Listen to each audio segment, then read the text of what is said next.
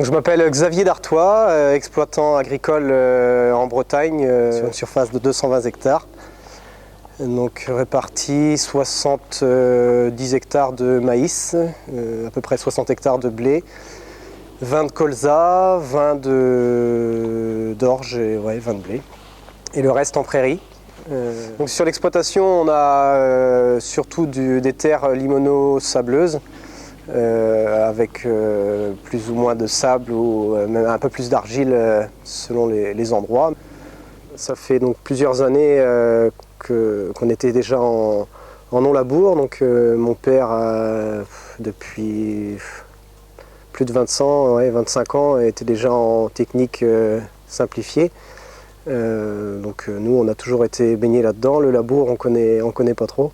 Et en faisant des couverts en interculture courte, je me suis aperçu en fait que le sol était bien travaillé, était propre. Et moi, par exemple, pour ressemer une culture d'hiver derrière, j'étais obligé de le recasser. Et puis en fait, je recassais tout le travail du couvert. Et donc, pendant plusieurs années, j'ai essayé ça, j'ai observé. Et puis, donc ça fait 2 ans, on a fait le pas de passer en semi-direct et puis petit à petit en semi-direct sous couvert. Donc aujourd'hui on fait à peu près 300 hectares par an avec le semoir et puis on limite vraiment tous les passages pour un gain de temps, un gain de matériel, de fuel, d'usure de ferraille. Et on essaie de travailler le sol un maximum avec du végétal et plus du métal, mais sans oublier justement de mettre des couverts en contrepartie. Là aujourd'hui, les sols ne sont jamais à nu, soit on implant directement une culture après la récolte, ou un couvert 3-4 jours après la moisson, plus vite. Et donc là, cette année, j'ai même refait un couvert d'hiver dans un couvert d'été. Tout ça pour vraiment travailler le sol un maximum. On a été impressionnés encore cette année, malgré qu'on a eu une sécheresse, d'avoir des couverts qui faisaient plus d'1,50 m de haut. Et donc le travail du sol se fait. Si les couverts poussent là, c'est que normalement c'est gagné, quoi. Ici on peut prendre l'exemple d'un colza qui a été semé il y a 1 an, donc avec des plants de compagne et puis du trèfle blanc nain qui a été implanté dedans. Donc un coût d'implantation très faible puisque c'était de 7 litres de fuel à l'hectare. On a pu donc faucher et faire une récolte de trèfle, faire pâturer une autre partie par les génisses. Et après, donc, pour le semis de blé, pas inquiet non plus parce que qu'ils viennent des intempéries, que ce soit trop d'eau ou trop de sec, notre sol il est protégé. Moi je peux le semer après une pluie, il n'y a aucun souci, quoi. J'ai pas de terre de préparer d'avance. Donc, ici on est dans une parcelle de colza, donc colza avec plants de compagne. Donc on a de la vesse velue et du trèfle d'Alexandrie. Et dessous, si on regarde, on a un petit peu de trèfle blanc, donc qui sera lui pour la culture suivante. Donc dans cette parcelle-là, il n'y a eu aucun travail du sol, semis en direct avec juste un apport de lisier au pendillard et puis semis aussitôt.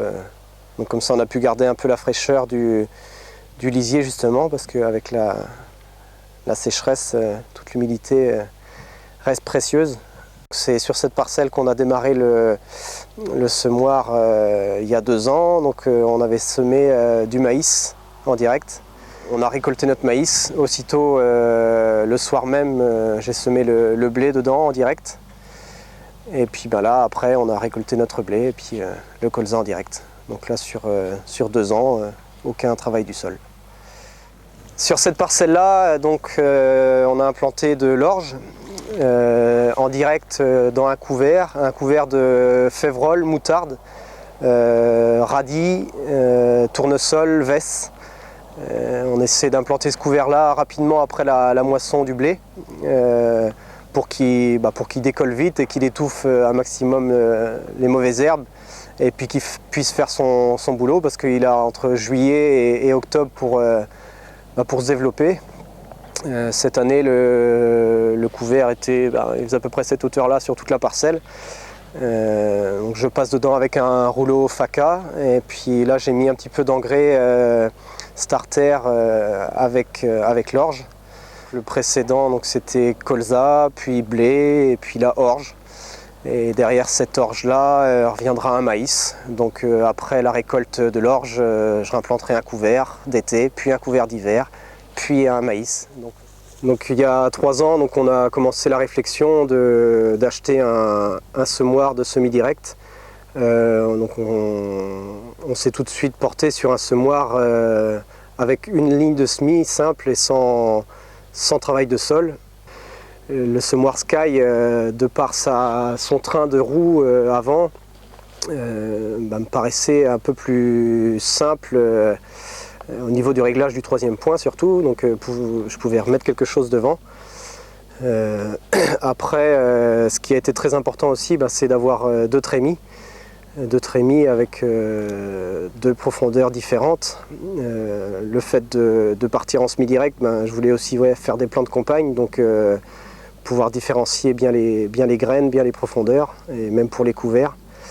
Non, c'était vraiment celui qui me paraissait le plus robuste et le plus simple aussi, parce qu'une fois qu'on l'a en main, on le règle en fonction de la culture qu'on veut faire, on le règle à la ferme et puis on part au champ, on n'a pas besoin d'y retoucher du tout. On vérifie juste, on peut descendre un petit peu d'une cale s'il y a besoin, dans un sens ou dans l'autre.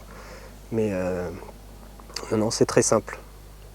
Donc là, on vient de finir la 2e saison avec le semoir. Donc avec ce semoir-là, on fait tout avec, on n'a plus qu'un semoir de toute façon, donc que ce soit pour les semis d'automne, blé, orge, colza, les prairies, donc on peut faire en sursemis ou refaire des nouvelles prairies. Et on fait aussi tout notre maïs avec une pression comme ça sur la graine, on n'a aucun souci, il y a toujours un bon contact terre-graine. Donc là le semoir fait à peu près 300 hectares par an, donc là on est à 600 hectares de fait. Très satisfait et même surpris à chaque fois.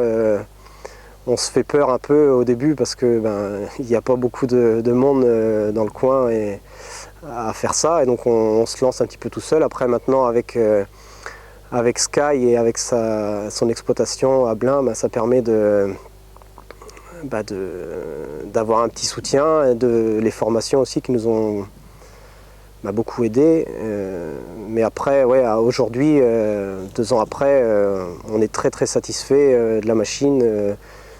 Une usure qui reste faible, c'est que les disques et les rasettes, mais normalement on peut encore faire un an et demi sans frais dessus.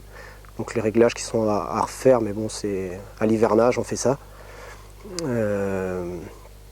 Voilà, on n'a eu aucune déception, toujours une très bonne levée, et donc très très satisfait de la machine.